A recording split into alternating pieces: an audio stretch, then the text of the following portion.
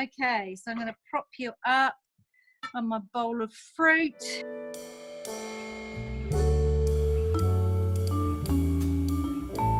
Hi everybody, thank you for joining us on another In Conversation with our lovely artist, Julie Paterson, who is down in Blackheath?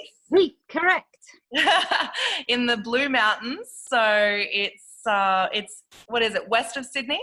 It's west of Sydney, 2 hours up the hill, we call it. It's Up the hill. Up the hill, yeah. And it's 2 hours up the hill, and the temperature is always about 10 degrees cooler up here than it is down in Sydney. How has this been for you? How has this whole situation affected you? Well, it's interesting. It's been a bit of a slow burn because at the beginning, I was really chockers with lots of commission works that I needed to finish. Yeah. And they were really nice projects, and I was right in the zone, and I was ignoring everything. I was just producing this work, it was great to be doing that. I could ignore everything that was going on. Yeah. And then 2 of those commissions are now done. Wow. And I'm kind of just waiting today and yesterday for a phone call to make the next one, kind of lock it in. It's happening, but it needs to be kind of, fleshed out a little bit. And that's been a couple of weeks of just kind of doing bits and pieces. I should be doing my website, I should be doing this, I should be doing that, all the little extra bits that you do that when you're not doing commission work. I've sort of kind of dropped the ball, really. I've been gardening, I've been walking the dog, I've been a little bit nervous about the state of the world. Some days it's fine, other days it really affects me. So it's kind of hit me in the last 10 days or so. Yeah. Everything that's going on. Although up in the mountains, I feel like, we're on 29 acres. I feel like I'm in a kind of slightly removed situation from most of the world anyway. It's just me and Amanda and the dog normally. And when I go into Blackheath Village, that's when it really hits me, having to stand. There's the screens at the post office, and you can only 1 or 2 people at the butcher's, that kind of thing. That's when it really affects me. But I can, in principle anyway, get along quite fine without thinking there's anything going on if I don't connect onto social media and get freaked out about what really is happening in the world. So it's up and down is the short answer. How have you found it's affected any making? Like you said, you're doing different things, like you're now you're just gardening and walking, but do you think that production may have slowed down or something, or do you feel like it's actually you've got time to really just take the time to make work that you have always wanted to, or what's happening mentally? That's an interesting question, because I've gone heavily into making clay ceramics. Well, I did a bit of ceramics when I was at art college, but there's always something I love. And there's the local art group up here is a little clay group that I have sort of dabbled in bits and pieces. And then a few months ago, I bought some clay and some underglazes and didn't even open the box. I was so busy, didn't even open the box until about finishing those commissions, and then I literally opened that box with all these goodies, and I was like, oh! And so that's one of the things. Other than gardening and walking the dog, I've been making hand-built pots. With clay, my experience is you're just doing, and I'm bringing a beginner's mind to it, which is great in these times. And I'm just allowing myself to experiment just with pinch pots and getting drying blocks of clay a little bit and then carving them out. So it's sculptural and it's form and holding things in my hand. I'm just making small cups essentially is what I want to do. So that Japanese style of carving. I forget the Japanese word, kuranuku or something like that. I forget the word, but they're just simple little cups that you carve with, and then scoring into them with marks, and then rubbing the underglaze in, and then scratching it away. So it's mark making essentially, but on a 3-dimensional form. I do ultimately want to build a kiln. When I was at art college, I did a multidisciplinary design course where we did a bit of pottery and a bit of glass. And one of the things I built with a group of people was we built our own glass kiln from scratch. that Wow. was wood fired, you know, out of clay and all that stuff. And it wasn't a raku, but I did a bit of raku as well. You know, when you put it into a bin full of straw and all the air goes out and it makes these beautiful effects. I love all that stuff. And where we are up here, certainly in the winter, we could dig a pit and have build a kiln here.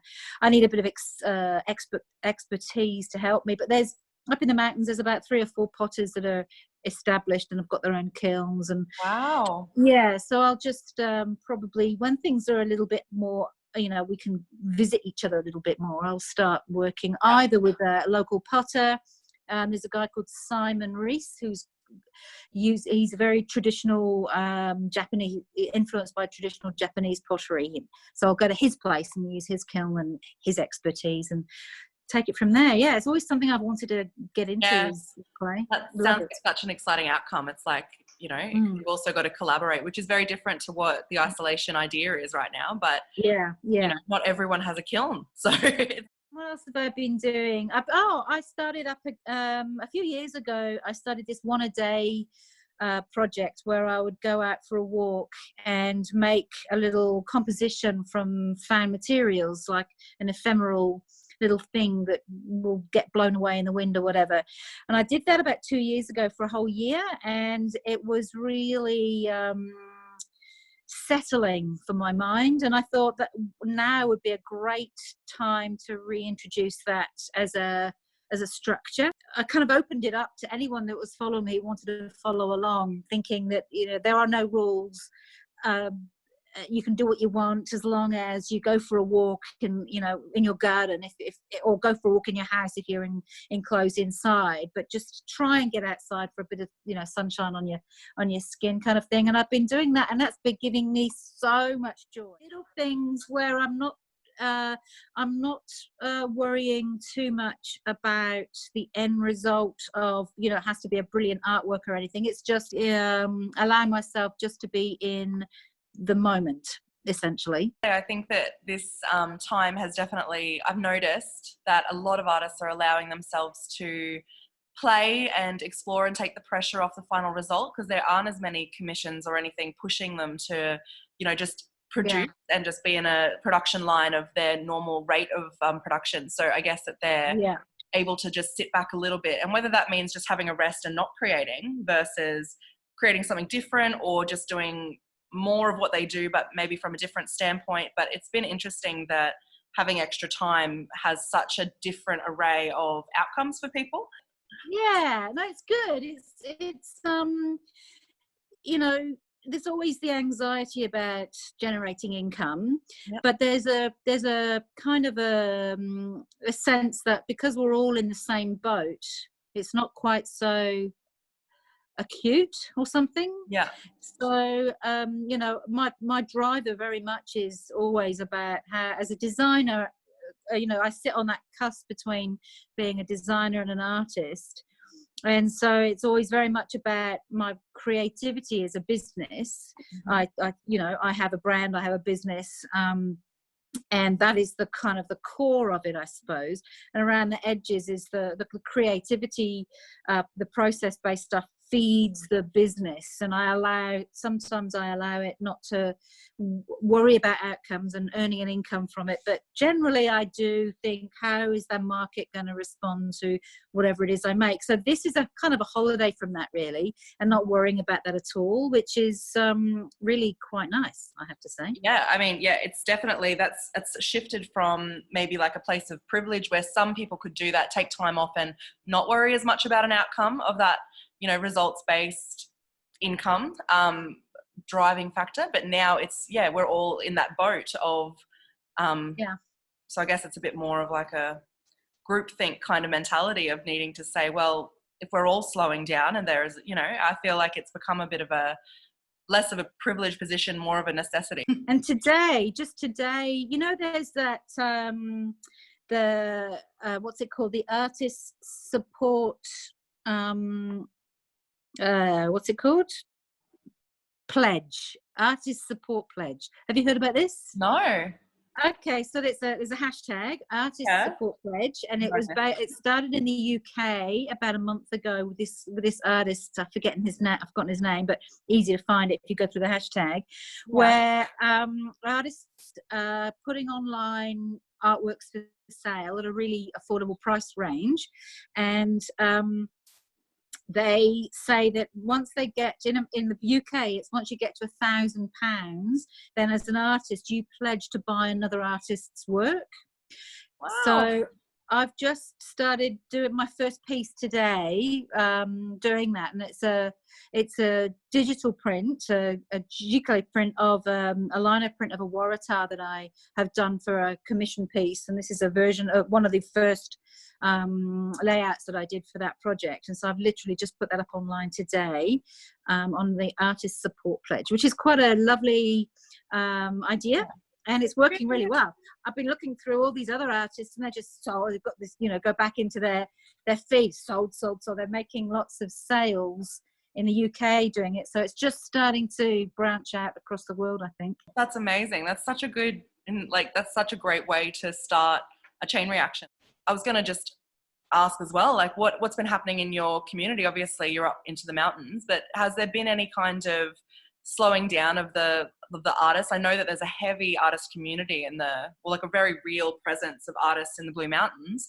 Have you noticed there's been any efforts like how there's the UK Artist Support Pledge? Has there been anything done specifically in the Blue Mountains? I'm wondering if there's any local things for you.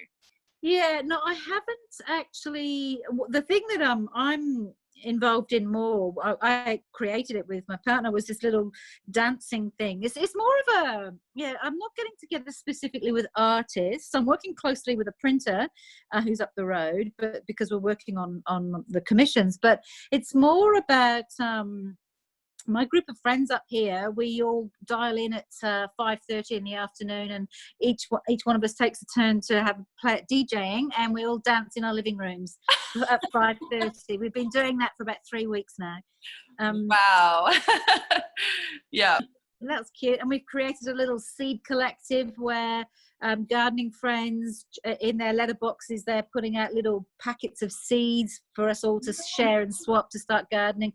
It's more things like that. It's not so much the artist community that is getting together. It's more just people who are interested, just friends and locals really, locals that live around. Community. Yeah. Yeah.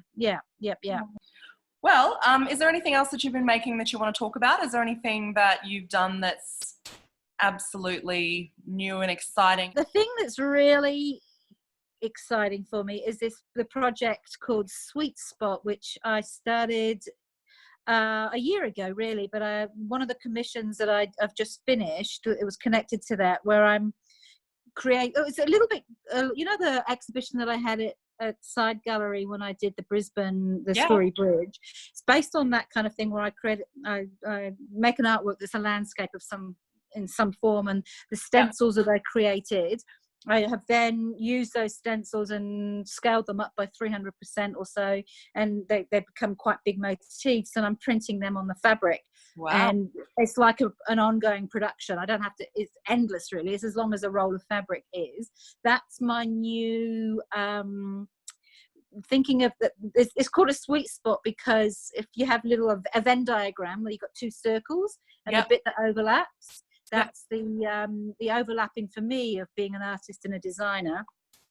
And so this sweet spot work is influencing my next collection. And the idea was that I was going to take this quiet moment, to start developing a new design range based on this sweet spot work.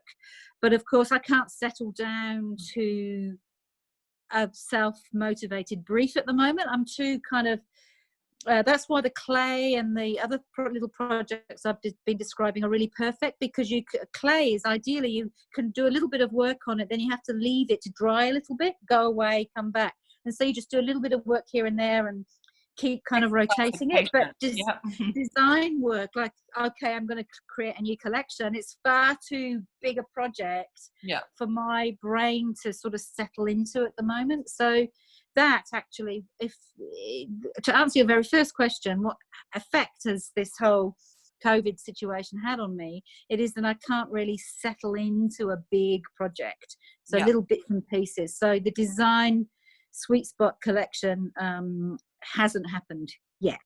I'm very glad that we got a chance to chat and catch up a little bit. So I will invite anybody that has any questions or wants to hit up Julie's Instagram page to follow along on her daily walks and what she's been finding at the end of those, and also the Artist Support Pledge, which I'll put a link to here as well, that people can have a look at and just see what artists around the world are doing at the moment to offset this time where they're not perhaps as busy as usual. So that's, I'm very interested in what the different communities are doing to pull together. All right, see you later. Thanks, Julie. Bye. Bye. One of my favourite things to do is to mix up colours and make a little colour chart like that behind you. That's back to front because I've got the camera back to front. Let me just swap it round. There we go, and you can see my crazy names. Well, they're not crazy, they're just cute, I suppose. It's one of my favourite all-time things to do, and I've got lots of these. For instance, they're on that door there. Look, draw print. A few artworks on the floor for somebody who likes them, and that is it.